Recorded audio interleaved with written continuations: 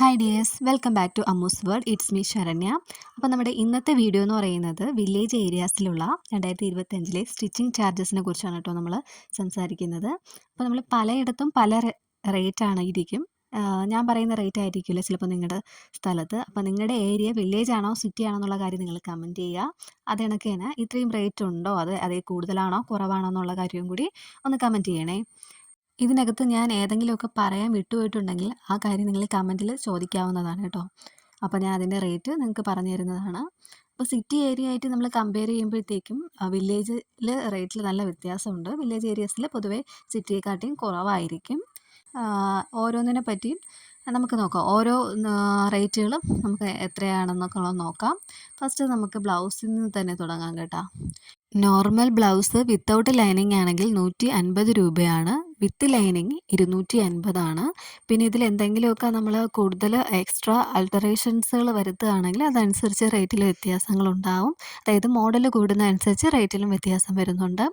പിന്നെ നമുക്ക് princess cut blouse normal ആണെങ്കിൽ 300.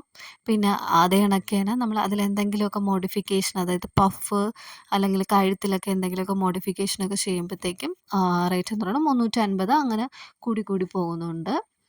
ഇനി നോർമൽ കുർത്തിയുടെ കാര്യം എടുക്കുകയാണെങ്കിൽ വിത്തൗട്ട് ലൈനിങ് ആണെങ്കിൽ 250 രൂപയും വിത്ത് ലൈനിങ് ആണെങ്കിൽ 300 350 രൂപയൊക്കെ വാങ്ങുന്നുണ്ട്.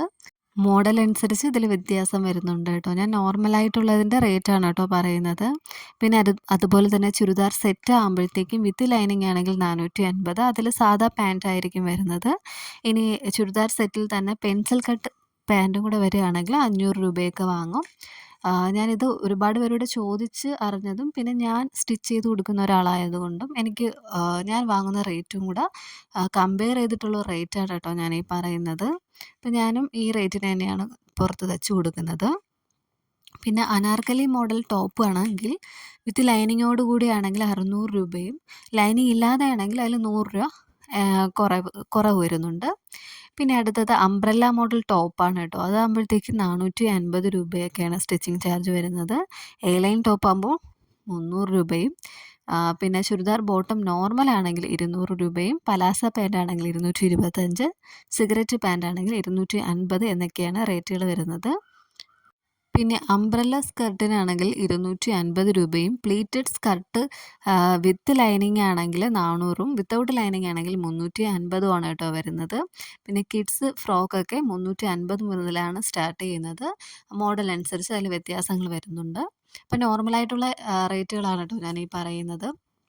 അപ്പോൾ നിങ്ങളുടെ ഏരിയാസിലൊക്കെ ഈ റേറ്റ് തന്നെയാണെന്നുള്ള കാര്യങ്ങൾ കമൻറ്റ് ചെയ്യാൻ മറക്കരുതേ. നിങ്ങൾ ആദ്യമായിട്ടാണ് എൻ്റെ ചാനൽ കാണുന്നതെങ്കിൽ സബ്സ്ക്രൈബ് ചെയ്യാൻ മറക്കല്ലേ. അതോടൊപ്പം തന്നെ ബെല്ലൈക്കൺ ഇനേബിൾ ചെയ്താൽ മാത്രമേ ഞാൻ ഇടുന്ന വീഡിയോസിൻ്റെ നോട്ടിഫിക്കേഷൻ അപ്പോൾ നിങ്ങൾക്ക് വരത്തുള്ളൂ. അപ്പോൾ ഇന്നത്തെ വീഡിയോ ഇത്രയൊക്കെ ഉള്ളൂ. മറ്റൊരു വീഡിയോ ആയിട്ടും വരുന്നവരേക്കും ബൈ ബൈ.